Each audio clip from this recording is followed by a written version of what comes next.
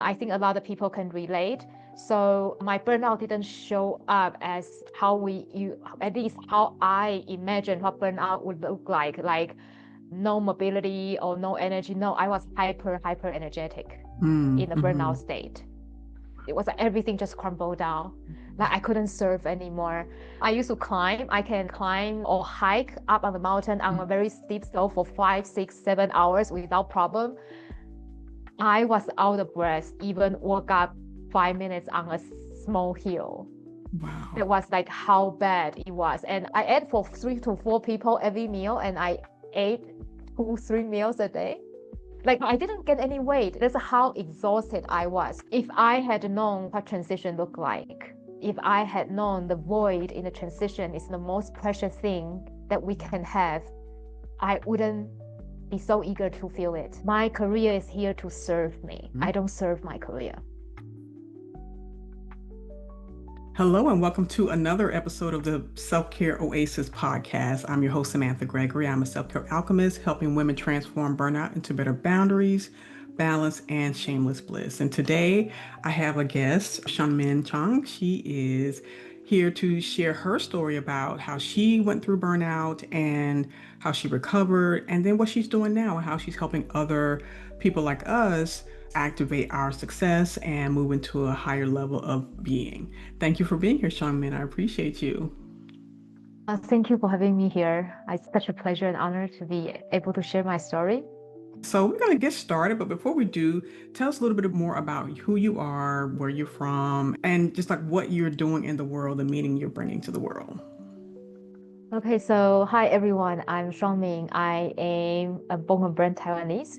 In my most of my adulthood, I travel quite extensively and live in several countries. I used to have a career in fashion luxury retail, and I was in charge of the market China for French premium brand. Now I am a full-time intuitive mentor and coach for high achieving entrepreneurs and executives.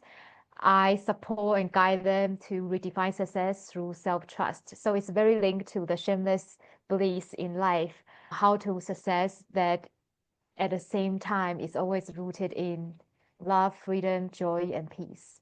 Oh, I love that. I love that. I can't wait to get into this conversation. So, I know when I read your bio, you mentioned how you burned out. And a lot Yeah. of women who are listening to this podcast, they are either experiencing, they're becoming more aware of this is not just stress, this is more than that. So, I would Yeah. love for you to just share, what happened to you? How did you know you were in burnout? What were the symptoms? And how did you begin to recover? Okay. First of all, when I was told I was burned out, the first thing was denial Mm, because it wasn't, especially in women's story and Asian women used to spend in European country, being that in that state, it's weakness. I believe a lot of people can relate that we have to suppress our feminine side of softness and being not in our own force. We suppress that. So I found out that I was really burned out involuntarily. mm, I started to feel something wrong. I suffered a long period of exhaustion. I just didn't really recognize them because at the same time, I had this capacity to pump out more energy than my body had. I think a lot of people can relate. So my burnout didn't show up as at least how I imagine what burnout would look like no mobility or no energy. No, I was hyper energetic mm, in a burnout mhm. state. So burnout is not just nothing function at all in the body. It could be a lot of things. And I mention it because I realize or I suspect there's something wrong with me. Was that I left corporate and like I immediately entered this space of creating my own coaching practice. And, I was good at planning, good at pushing myself, sacrificing my sleep and believing I need to work really long hours to be successful, all those conventional structure of how we can reach success or build something successfully. And I used to be someone who can follow through my plan, no matter how much I need to push myself over the limit and over limit, I could do it. But at that point that I realized I just sabotaging myself in a very fundamental way. Like I don't follow my schedule. And then I will have the story of because I wasn't at corporate. So, like there was a lot of story going on. And at some point that I started to, well, I had depression in 23. So I've been through my personal growth. So I was, I was already pretty much self-aware in a lot of sense, in a lot of ways. So I started to know that I have to acknowledge there are something that didn't work anymore because the old way that was used to work for me, no matter how much I sacrifice my body and soul and emotion, but it used to work. And then it didn't work anymore. I just didn't want to follow through whatever I thought I desire, which was not me at all. Like when I want something, I get it. So I started to look in deeper what was going on here, why I sabotage myself in such fundamental way. I mean, we were trained to have a lot of self-sabotaging thoughts. That was one thing, but sabotaging my own schedule was another thing for me. So that's why I started to realize something was wrong. And I didn't even have the energy to find myself anymore, Yeah. which was weird because we are high achiever. We fought with ourselves all the time. That's when I met my first spiritual mentor. I met her really is out of synchronicity because I was not looking for it.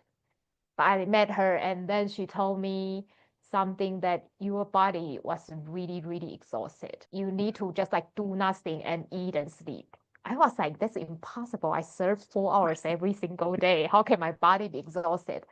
But when I was, and I see it in all my clients, all the people I talk to, when we are ready to acknowledge something, it's the existence become real. And when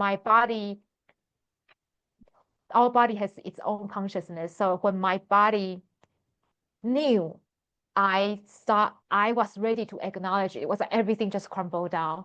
Like I couldn't surf anymore.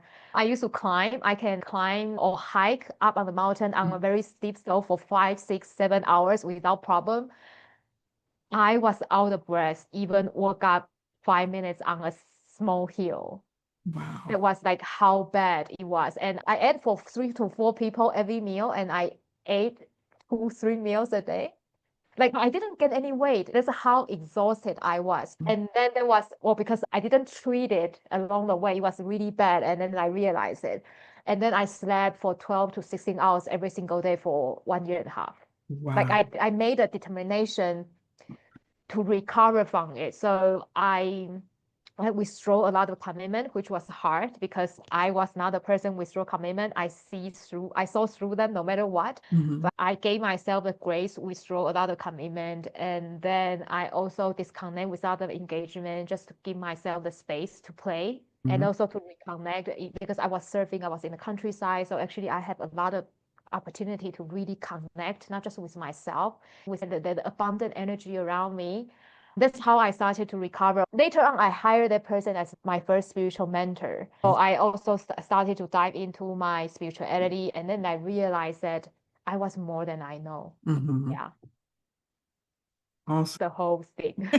No, I love it. I love it. Thank you for sharing, being so transparent and vulnerable with sharing your story because you said so many key things that I think so many women miss. You were missing it, of course, but Yeah, being able to articulate it and say, I was sabotaging myself, my schedule. I was not aware initially, but I knew something was wrong because I was always exhausted and I was, sabotaging my schedule. I wasn't myself. And being I think that even that little glimmer of awareness, being yeah, kind of enough for you to say, wait a minute, this is not working for me anymore, and I need to yeah, make a change. I need to commit to my self nurture so that I can recover from this. It's not, even when you're going, 40, 50, 60 hours a week in a job, you got to reconnect with yourself so you can be more aware of what's happening and so yeah, that yeah, signs they're glaring, yes, but then you're able to yeah. stop and say, hmm, this is not working. Yeah, the thing is, I received signs when I was in my last career. Mhm. In our modern world, the way we approach success is that we interpret everything, whether this is convenient for my success, whether this is a message for me to grow or to elevate, even that Mhm. means I needed to take I at least 2 years in my corporate life, I got suddenly really sick, like Mhm. violently sick, and I will have pain in my body.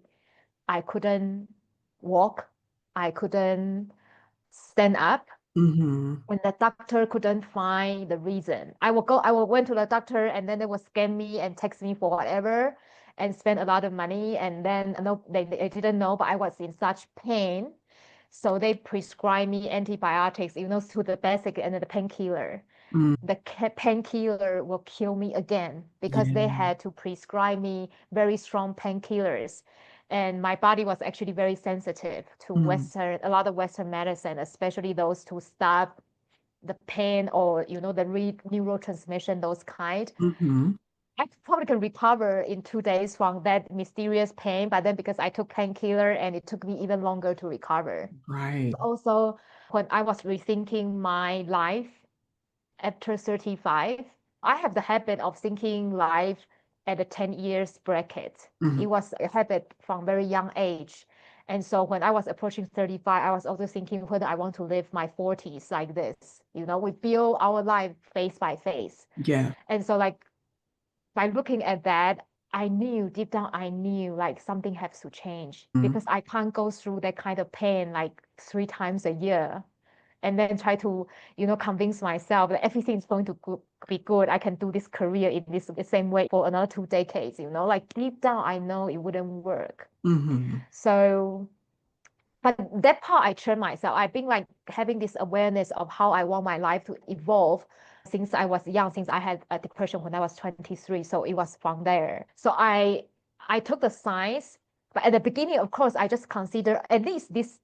I kept going because these sudden illness didn't happen in an inconvenient time. They Mm. always happen, the body knew. The body will give us message, but it will also, consider our needs and our ambition. Mhm. So the body was also working with me in some way because it's always after a big event, Yeah. or it was always after a long business trip. So Mhm. I actually have some breathing time to take some days off.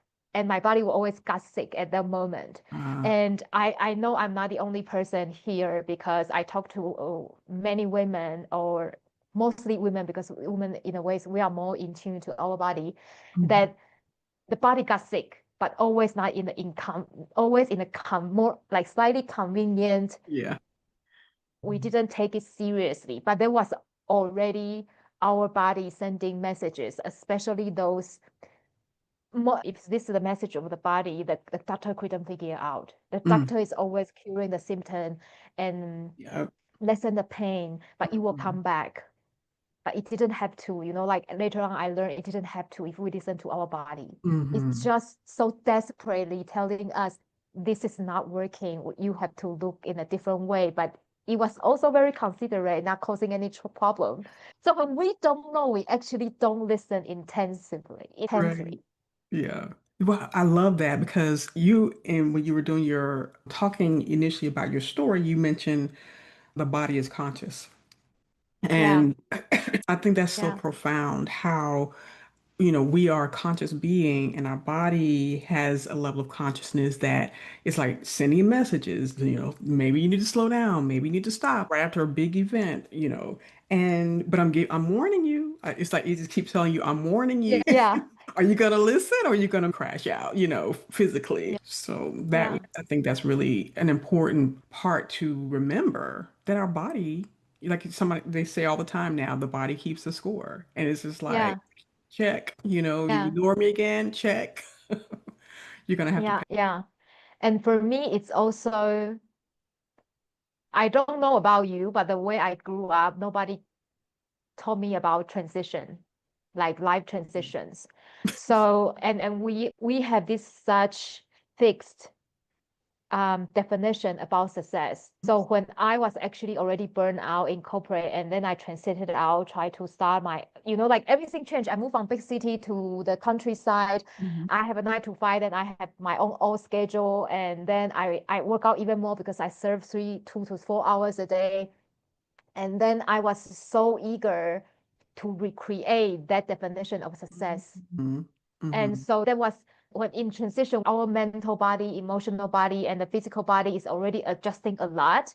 And I put a lot of pressure on it as well. Like I was anxious because I feel like I needed to be that successful again soon because I'm 30. Back then was 38. I was hitting 40. And then we have at least I and a lot of people I talk to, like we had this anxiety when we at certain age we should look a certain way and have a certain performance. Mm-hmm. In the period of transition in life, big or small, it actually require us to let go. So a new identity, a new definition could be shaped that is according to our essence. And I didn't understand that. Yeah. I was just so eager to recreate the success. I create my last success, like my career success, pretty quickly. Mm-hmm. And that was my pride. So I want to prove that pride again, Mm-hmm. like we have this ego part. Yes. If I had known what transition looked like, if I had known the void in the transition is the most precious thing that we can have, I wouldn't be so eager to feel it. Right. Wow. Wouldn't have that many layers of burnout. I get it. No one told me about transitions. You move from menstrual to menopause and you postmenopausal. That's really the only transition that I've ever known about.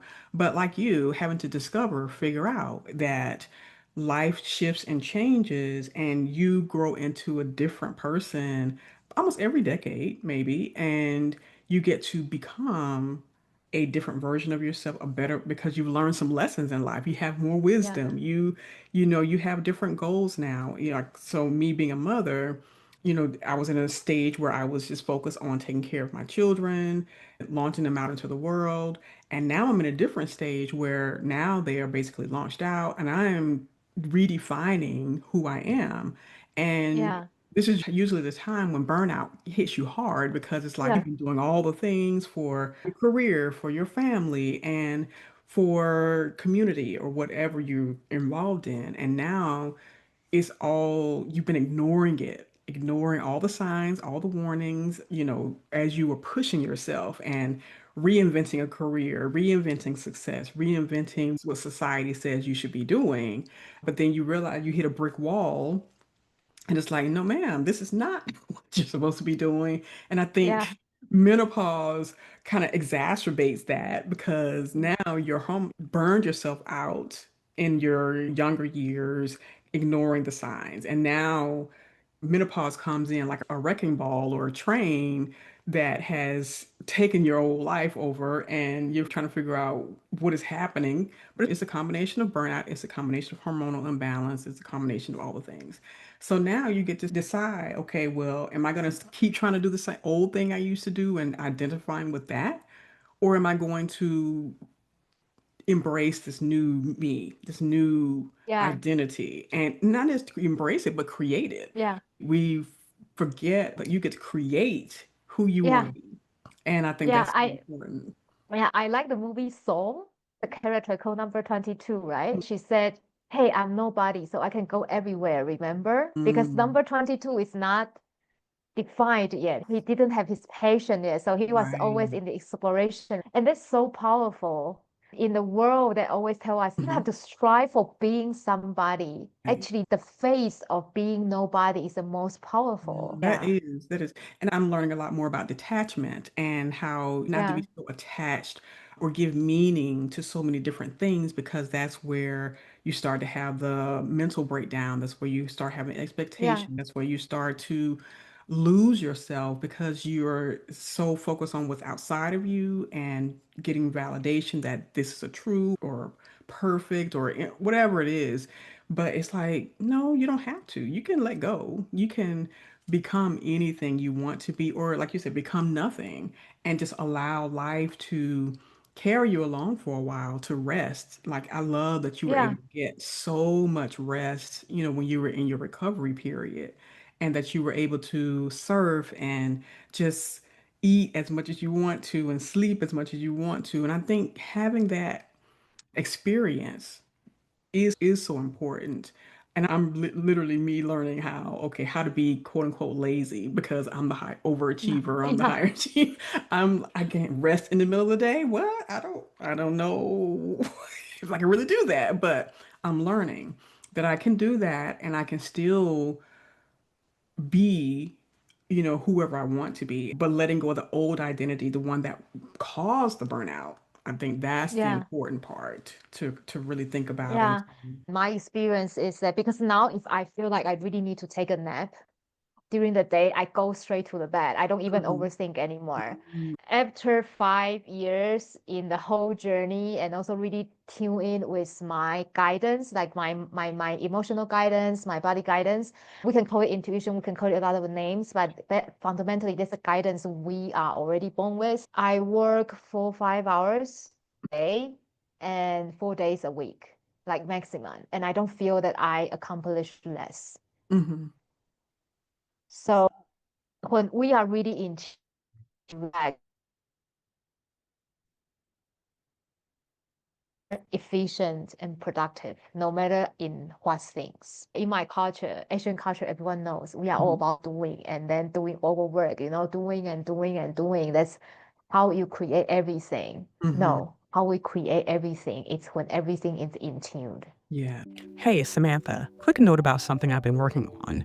You know how much I talk about radical self-care and protecting your energy? Well, I realized cut chaos is one of the biggest energy drains for the women I serve. So I created Bliss Tech Solutions, my tech therapist practice for wellness coaches, consultants, and female founders who are done with tech overwhelm. If you need systems that actually work, AI-powered content creation, or just someone who understands both tech and boundaries, I'm here for you. Visit blisstechsolutions.com or DM me. Let's reclaim your time and your peace. Yes. And we are open. Yes, absolutely. I love Yeah. that. And thank you, for sharing that because Asian culture, African culture, African American culture, Caribbean culture, I mean, Hispanic, all of our cultures have our, I don't know the right word to use. Part of it. Yes, the expectation to Yeah. do better than everyone else, to work innumerable hours, to always show up, to always be perfect, to never let anyone down, to sacrifice yourself. And I think that's the key. You always are sacrificing yourself. You said you were sacrificing your sleep for a long time, Yeah. sacrificing your identity, sacrificing everything for the benefit of the culture, but Yeah. also to appear presentable, worthy of a great career, accolades, the money, all of it. And you find that especially if that's not even who you are, like if you're not a type A individual who has everything just so Yeah. you're going to always show up at work at 8 a.m. and be gone at 5, 8 p.m. and have your 30-minute lunch or Yeah. work later than that, just so you can prove to the manager, the CEO, the boss that you can do the job. And I know there's a lot of other extenuating circumstances that make us feel that we have to do that because Yeah. we've been held to a different standard.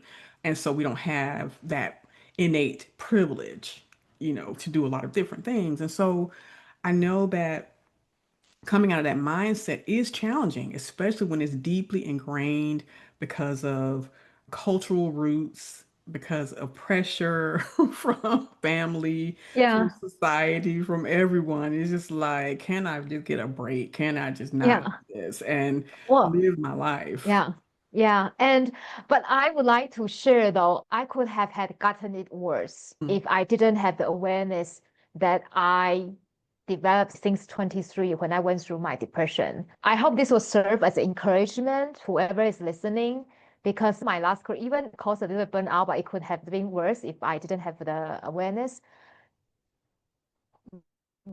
Of course, that's office hour, but we also work overtime a lot of times, right? But my Mhm. career progress the fastest when I insist on getting off work on time. Mm. And I managed to make it work. I used to get a question like, Shuang-Min, I don't get it. The higher title you get, the earlier you left the office, what's going on? Because Right. it used to contrary, we have more responsibility, we stay in the office, and then we want to show Hmm. we have more so I can get another promotion. Right. At some point, I decide that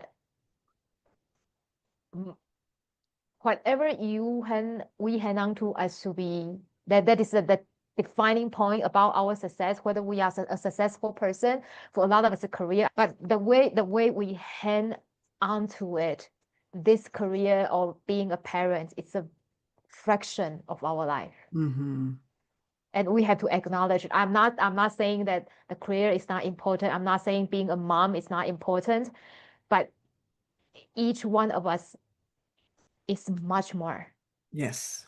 And we had to see that first. Before I even knew I am on a speed up trajectory, I made the decision. Hmm. I want to have a life, not a career. Yes. My career is here to serve me. Hmm. I don't serve my career. Oh, I love that. And so with this thought, it came a lot of shifts. If my value doesn't come from how many hours I spend in the office, what is my value? What is the value I bring into the table other than being physical in the office the longest? Yeah. Right? And that's how I really connected to the value I bring into the company. Hmm. What's the role? I was in mid-level management, so it was kind of like in a way, the so-called hardest. It was like there's something to manage up, something to manage down. Hmm. And then I really need to think what value I really bring into the table. If certainly if it's not the hours, it has to be something else because Right. my company also paying me good money and I was reviewed every year. Hmm. And it's really fundamental that if we want to create a life that we desire, that we know what's the value we bring to the table. Like what's our value? Like they hire me, to for certain description, we all have job descriptions and we have annual goals and so on. They hire me. Hmm. I have to know that if I'm hitting that, I'm enough. Hmm. Everything has a boundary. Like you mentioned at the beginning, everything has a boundary. Fundamentally, we have value, but I know sometimes it's really hard to connect. So if we cannot connect, what's our boundary? What Hmm. it's I am here for this. If I put into 9 hours, it's going to give me the same result as 16 hours, Yeah. then what's the 7 hours mean? Hmm. The 7 hours, you can create so much more for yourself, which we are meant to be. The family, I overlook my family for a really long time. Well, of course, there are a lot of like entanglement with my family, but then I use my career as an excuse not to deal with or learn from that entanglement, right? Hmm. And then we can actually achieve a lot because at the end of my corporate career, I was also learning another language. I was writing for online populations. I trained at a gym. Of course, like there are some part of me like work myself too much, but that was my effort of creating life. And then of course I learned from it, and then I realized that I need more space for my personal life. That's how I decided to leave corporate. But then it's a process of evolution, and we have to, of course, we don't have to, but it will be better that we guide our own evolution Absolutely. instead of being pushed to, at a corner and then we start thinking, like, oh, maybe I need to knock a hole, get myself out. Hmm. Right. And that's so important to consider that the time at work, boundaries around that. And I think a lot of the reason why people spend so many hours there is a couple of reasons.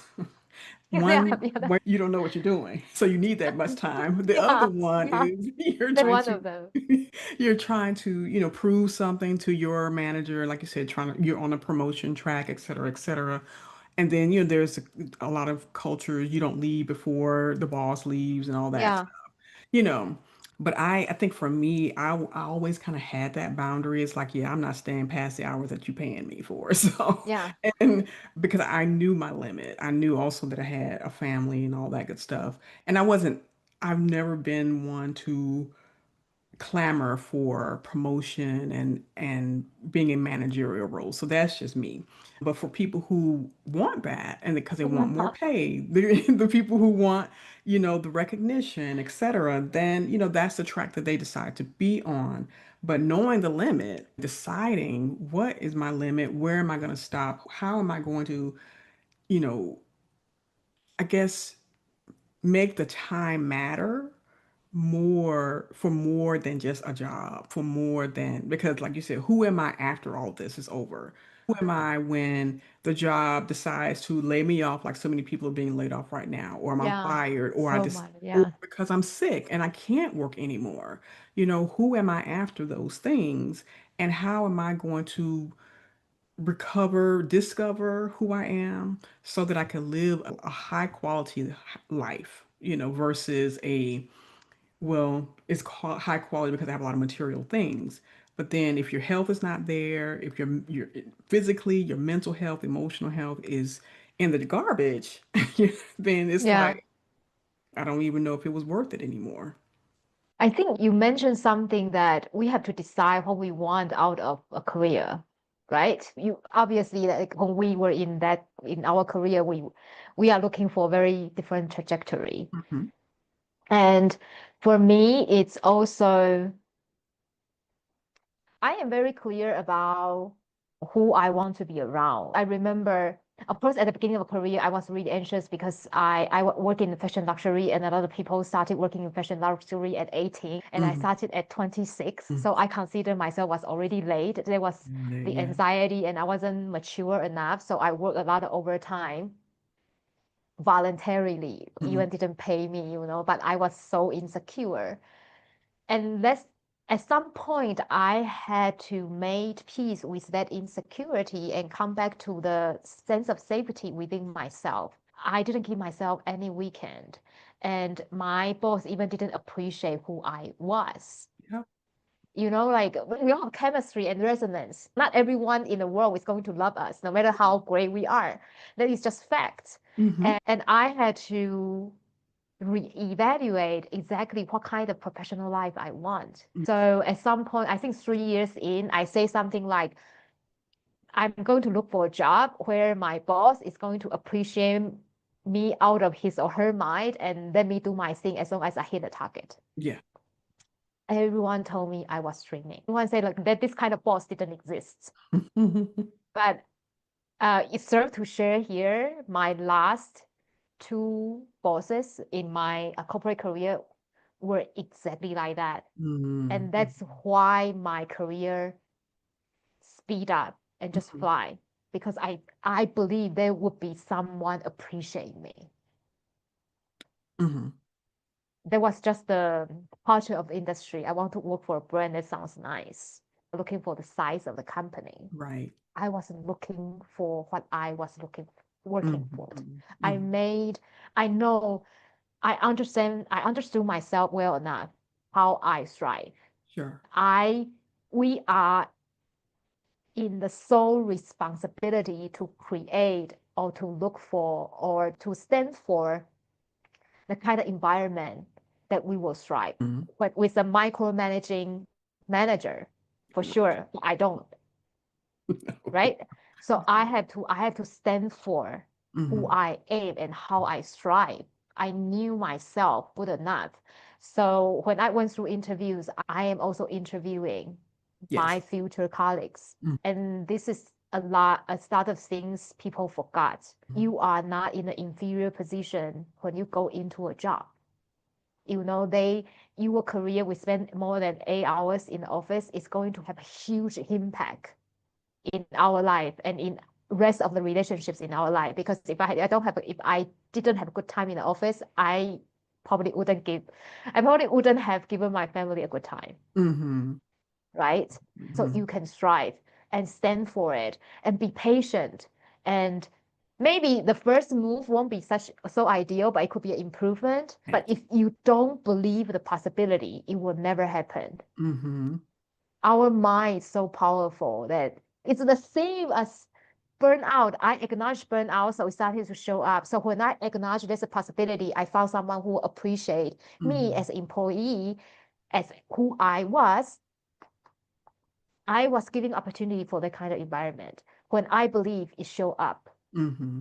if anyone is suffering this exhaustion or burnout because of toxic office environment, believe, and then first understand who you are, Like I know people really strive in micromanaging and then spending a lot of time with colleagues, but I am not. And I believe a lot of people who are listening are not. Exactly, because I certainly am not. And I think after my last horrible boss, I was like, you know what? I will not accept another job offer if I don't have good vibes, if I don't feel like the interview that not just I'm in, but I'm interviewing them for to Mm-hmm. be in a position of leadership to me. If that doesn't align, then I'm not accepting the job. And I was just so very adamant about that. And just like my last two or three bosses were great. They were Yeah, not micromanagers. I had lots of autonomy. I had lots of yeah, flexibility.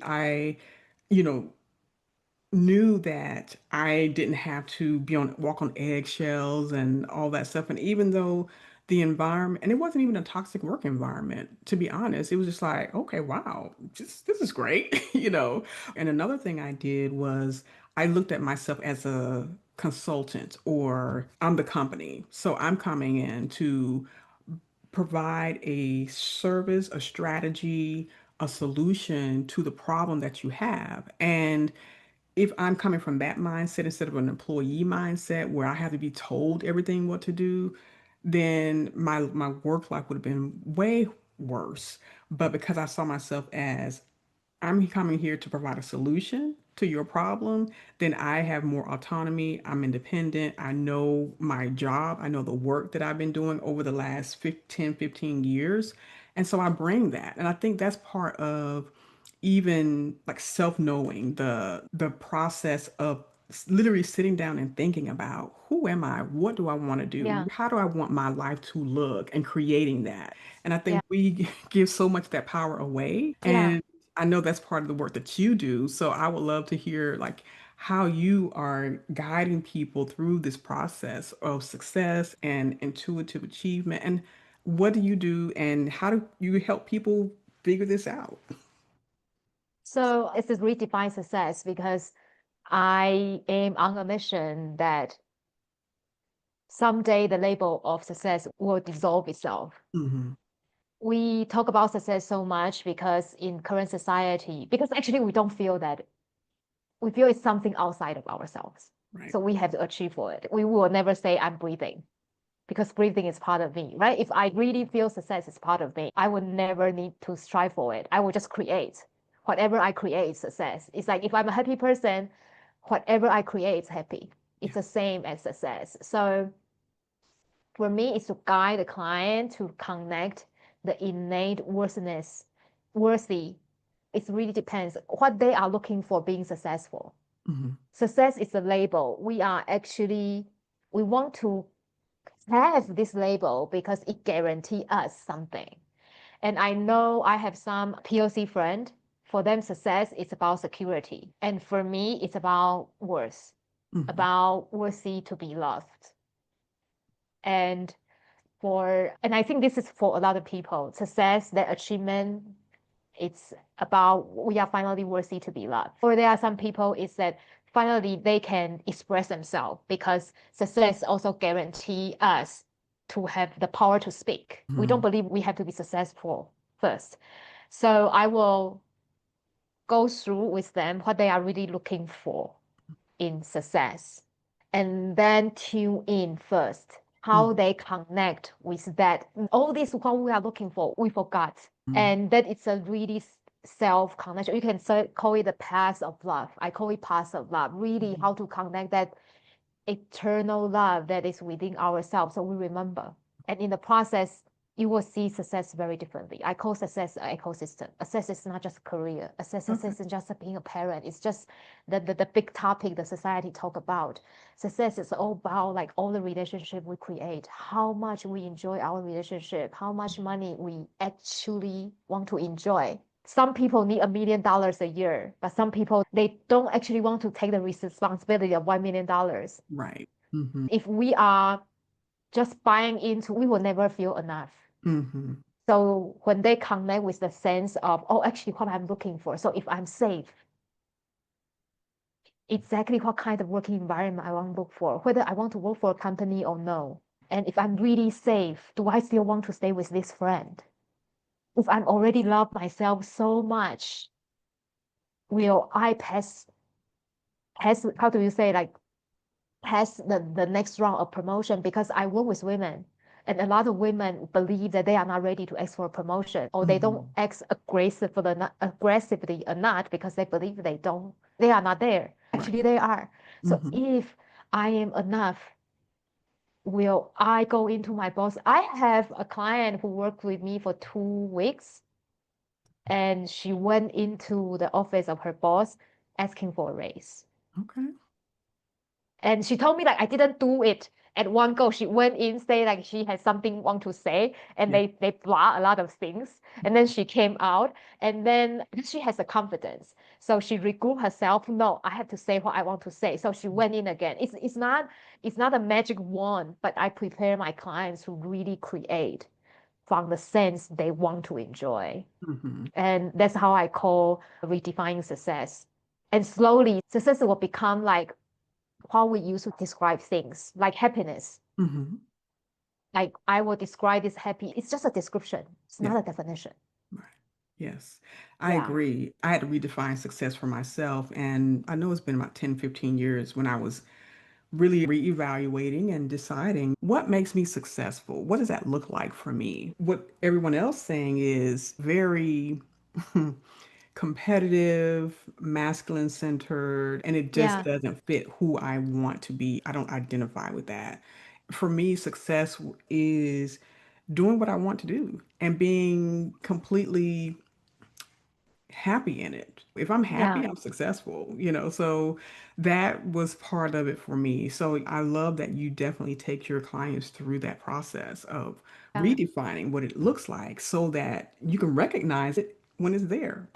Yeah. When we are used to the infinite chasing game, actually we cannot connect Hmm. because even happiness or love standing in our face, we wouldn't recognize it Right. because all we remember is we need to chase. So how to come back to that pause and connection is also very important because as we talked about at the beginning, the connection is what prevent us to create lasting success or have the capacity to continuous create, whether it's happiness or success or love or whatever. Hmm. But it's that connection with ourselves, what's our flow. Hmm. And so I call it inside out. Like we Okay. create success from inside out. It's not about chasing more. It's not about delegating more. Like all the type A people know how to do it. Hmm. But how do they feel? Right. Yeah. Yeah, that's important to note and really get to the core of because I think even having that conversation or being in a place where you're ready to have that conversation takes some deliberate action. It takes Yeah. decision. It takes I'm not satisfied with how they told me I should be or how I should behave or what I should look for in success. I'm not satisfied with that anymore. So let me go figure this out. And I think the path that of figuring from being in a certain hamster wheel of living to deciding just to step off for a minute and take a Yeah. look, reevaluate, let's see how this feels for me. It will give you the clarity to ask for support, ask for help, get coaching, figure out another way to live this life so that it is coming from a place of true joy and from internally, from not from an external point of view or validation or whatever it is that we are striving for. I think more women are starting to wake up to that. I think more people in the workforce are starting to just, reevaluate, and those who have been pushed out of the workforce are now saying, okay, now what? Who am I? What do I want to do now? What does success look like now? Because it's no longer me identifying with a job because I don't have that job anymore. So Yeah. now what? I think you mentioned something really important that you are not satisfied with the definition people handed to you. Mm-hmm. I was in like most of the people I in conversation with, it's like really societal successful, Mm-hmm. right? So they have this guilt of admitting they are not satisfied because they would have this story of I already have more than other people, Mm-hmm. which is true in a lot of ways. But it's okay to acknowledge that you are not satisfied because that's your heart. Yes. And it's not, Mm-hmm. and usually when we rethink life, if one is not in the habit of actively directing the evolution, when we are rethinking life, that's because something we feel amiss. Mm-hmm. And it's not about how much money we have, that amiss, the sense of amiss, or how high the title, what kind of class we fly, So it's okay to acknowledge that you are not satisfied. It's important you decide to find out what it is. It's not a problem, Right. but it is something Mm-hmm. that is calling us forward to do something differently, or usually it's different now, Yes. differently in some way in our life. Mm-hmm. So be told first, acknowledge it. You have all the right to feel everything. I talk to so many successful women. They feel so Mm-hmm. guilty to admit they are not satisfied. So they try to suppress it and being more busy. Mm-hmm. And then like even more dissatisfaction because they Mm-hmm. are not acknowledging in the first place. Absolutely. And which that I don't know what to call it. It's not, well, kind of is self-neglect, self-abandonment, Yeah, self-sacrifice. yeah, That mindset is so deeply ingrained, especially in women, that we're always yeah, supposed to always be, happy with what you get and just don't talk too much and all the different things that we're told from the time we're little girls up until into the workforce. Like, don't be too much. Don't expect too much and be satisfied with what you have. So expressing dissatisfaction feels wrong. It's guilt, it's shame, it's all those yeah. things. But you have a right to express your dissatisfaction and to seek a different course. Yeah. Well, I hope to work with many people going forward. Yes. And this is a very satisfying journey, really, to reconnect with ourselves and create from a different direction. Now we create because we want something to validate ourselves. Mhm. But when we are already validated, it's, as you say, it's a bliss. Yes. It take the course to a different sensation. Absolutely. But Shuang-Min, I had such a great time talking with you about your journey, how you've recovered, how you're helping women. So tell us where we can find you online, how we can connect with you, and from social media to your website and your services. Yeah, so my website is shuangminchang.com. I'm on LinkedIn, so it's Shuang-Min Chang, and then I'm also on Instagram, it's Shuang-Min. So I didn't change names, just my name. So you can find me there. And if any of you are ready to explore, you will find a discovery call link in all my social profile and on my website. You can book a discovery call. We can explore whether I am the one to support you. And that's it. Yeah, well, awesome. Well, I have enjoyed again having this conversation with you. All your information will be in the description box below.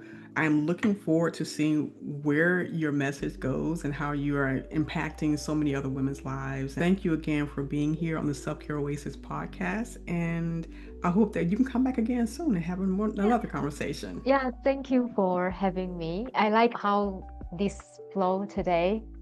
And thank you so much for creating a space for everyone. Absolutely. It's been my pleasure. And for you out there listening or watching, thank you for tuning in to this episode of the Self Care Oasis podcast.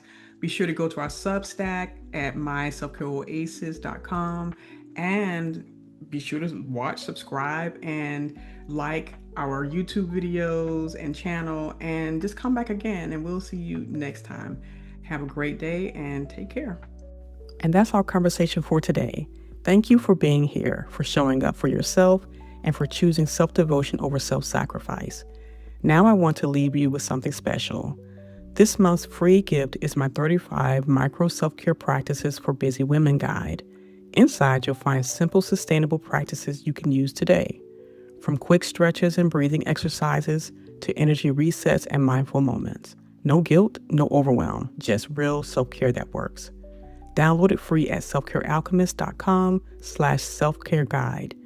I'll also drop the link in the show notes. Pick one practice and try it today, just one. That's how transformation begins. Thank you for listening to Self-Care Oasis. I'm Samantha Gregory, and I'll see you next time. Until then, choose your bliss.